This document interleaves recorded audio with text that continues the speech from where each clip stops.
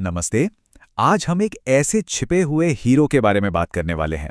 एक ऐसा एलिमेंट जो हमारी मॉडर्न टेक्नोलॉजी की जान है। ये एक ऐसा मेटल है जो लगभग हर उस स्क्रीन में है जिसे हम रोज छूते हैं।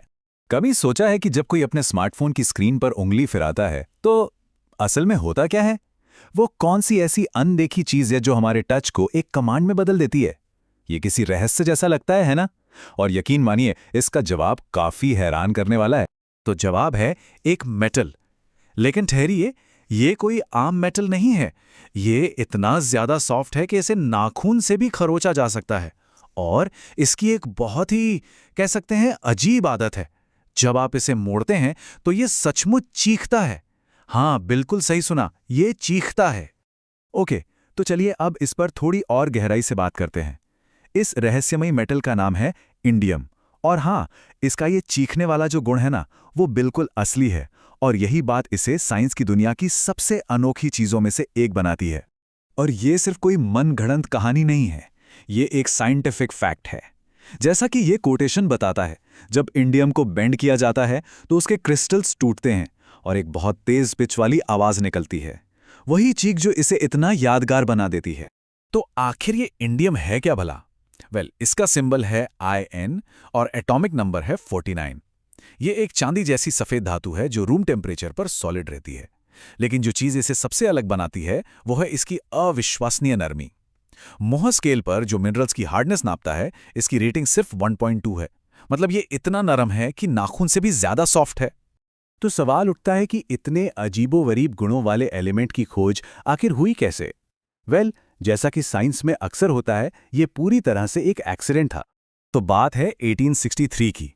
दो जर्मन केमिस्ट थे, रेच और रिक्टर, जो जिंक के एक अयस्क पर स्टडी कर रहे थे। तभी उन्हें कुछ ऐसा देखा जिसकी उन्हें उम्मीद नहीं थी। जब उन्होंने उस सैंपल का विश्लेषण किया तो एक बहुत ही चमकीली, गहरी नीली, या कह लें कि इंडिगो रंग की लाइन दिखाई दी। ये लाइन किसी भी जाने पहचाने एलिमेंट से मेल नहीं खा रही थी। वो फौरन समझ गए कि उनके हाथ कुछ नया लगा है।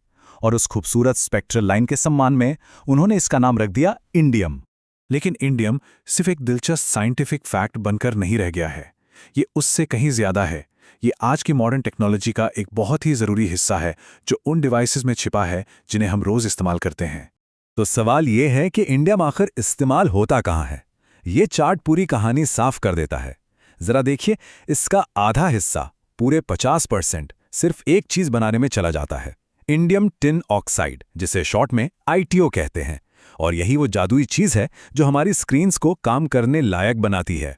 तो आखिर इस इंडियम टिन ऑक्साइड में ऐसा क्या खास है? इसमें दो ऐसी प्रॉपर्टीज हैं जो आमतौर पर एक साथ नहीं मिलती। पहली, ये लगभग पूरी तरह से ट्रांसपेरेंट है, बिल्कुल कांच की तरह। और दूसरी, ये बिजली का बहुत अच्छा कंडक्टर भी है, एक मेटल की तरह।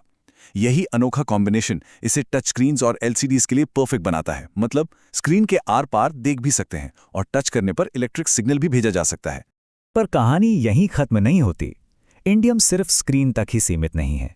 चलिए आगे बढ़ते हैं और देखते हैं कि ये क्लीन एनर्जी के भविष्य को कैसे आकार दे रहा है, खासतौर पर advanced thin film solar cells में। तो मिलिए CIGS सोलर सेल से। इसका पूरा नाम है कॉपर, इंडियम, गैलियम और सेलेनाइड से बने सेल। ये स्लाइड दिखाती है कि अब पारंपरिक सिलिकॉन पैनल से कितने अलग हैं। जरा इनकी मोटाई पर नजर डालिए। CIGS सेल सिर्फ 1 से 2 माइक्रोमीटर मोटे होते हैं, जबकि सिलिकॉन पैनल इनसे लगभग 100 गुना ज्यादा मोटे होते हैं। और इतने पतले होने की वजह से इन्हें प्लास्टिक जैसी फ्लेक्सिबल सतहों पर भी लगाया जा सकता है, जो कि भारी भरकम सिलिकॉन पैनल्स के साथ तो सोचना भी नामुमकिन है। ये डायग्राम बहुत अच्छे से दिखाता है कि ये सेल पतले होने के बावजूद कितने कॉम्प्लेक्स होते हैं। चलिए इसे लेयर बाय लेयर समझते हैं। सबसे नीचे है सबस्ट्रेट, जो कांच या प्लास्टिक कुछ भी हो सकता है। उसके ठीक ऊपर है CIGS एब्जॉर्बर लेयर। यही वो मेन हिस्सा है जो सूरज की रोशनी को सोखता है। और फिर सबसे ऊपर बिजली इकट्ठा करने के लिए कॉन्टैक्ट लेयर्स हैं। ये सब कुछ एक बहुत ही पतले से पैकेज में सैंडविच की तरह जमा होता है। और इन्हें बनाने का प्रोसेस भी काफी एडवांस्ड है। एक तरीके में मैन्युफैक्चरर्स पहले एक बेस पर कॉपर, इंडियम और गैलियम की पतली पतली मेटल लेयर्स चढ़ाते हैं। फिर उसे सेलेनियम गैस के साथ एक भट्टी में गर्म किया जाता है। इस रिएक्शन से वो सारी अलग अलग परतें मिलकर एक सिंगल पावरफुल CIGS लेयर बन जाती है, जो सूरज की रोशनी को बिजली में बदलने के लिए तैयार होती है। तो इंडियम हमारी स्क्रीन्स और सोलर पैनल्स में कमाल का काम कर रहा है। लेकिन यहाँ एक पेंच है। इंडियम की कहानी में एक बहुत बड़ा ट्विस्ट है, इसका दुर्लभ होना और उससे जुड़ी चुनौतियां। देखिए, सबसे जरूरी बात यह है कि इंडियम की अपनी कोई खदानें नहीं होती। ऐसा नहीं है कि कहीं जाकर सिर्फ इंडियम खोदना शुरू कर दिया जाए। ये असल में जिंक अयस्क को प्रोसेस करते समय एक बाय प्रोडक्ट के तौर पर मिलता है।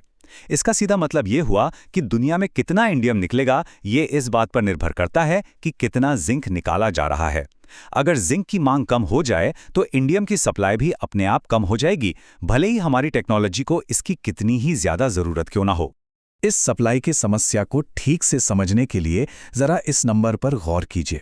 सिर्फ 1 गीगावाट के CIGS सोलर मॉड्यूल बनाने के लिए 31 टन इंडियम लगता है। अब सोचिए, जब हम पूरी दुनिया की एनर्जी ज़रूरतों के बारे में बात करते हैं तो ये आंकड़ा कितना बड़ा हो जाता है। इससे पता चलता है कि ये रिसोर्स कितना ज़्यादा कीमती है। तो जाहिर सी बात है, साइंटिस्ट्स इसका कोई विकल्प खोजने की दौड़ में लगे हुए हैं। लेकिन ये काम आसान नहीं है। एक उम्मीद की किरण है CZTS नाम का कंपाउंड, जो इंडियम की जगह जिंक और टिन जैसे आसानी से मिलने वाले एलिमेंट्स का इस्तेमाल करता है। ये उपलब्धता वाली प्रॉब्लम तो सॉल्व कर देता है, लेकिन एक नई मुश्किल खड़ी कर देता है, परफॉर्मेंस। अभी तक CZTS सोलर सेल इंडियम वाले सेल्स जितने एफिशिएंट नहीं है, तो ये एक बहुत मुश्किल फैसला बन जाता है। और ये सब हमें एक बहुत बड़े सवाल पर लाकर खड़ा कर देता है। हमारी पूरी डिजिटल दुनिया इंडियम जैसे छिपे हुए दुर्लभ एलिमेंट्स पर टिकी हुई है। हम इन मटेरियल्स को फॉर ग्रांटेड ले लेते हैं, लेकिन ये हमेशा के लिए नहीं है। जैसे जैसे टेक्नोलॉजी के लिए हमारी भूख बढ़ रही है, हमें इस कड़वी सच्चाई का सामना करना ही होगा। जब ये ज़रूरी एलिमेंट्स खत्म होने लगेंगे तो हमारा प्लान बी क्या है? ये एक ऐसा सवाल है जिसके बारे में सोचना बहुत ज़रूरी है।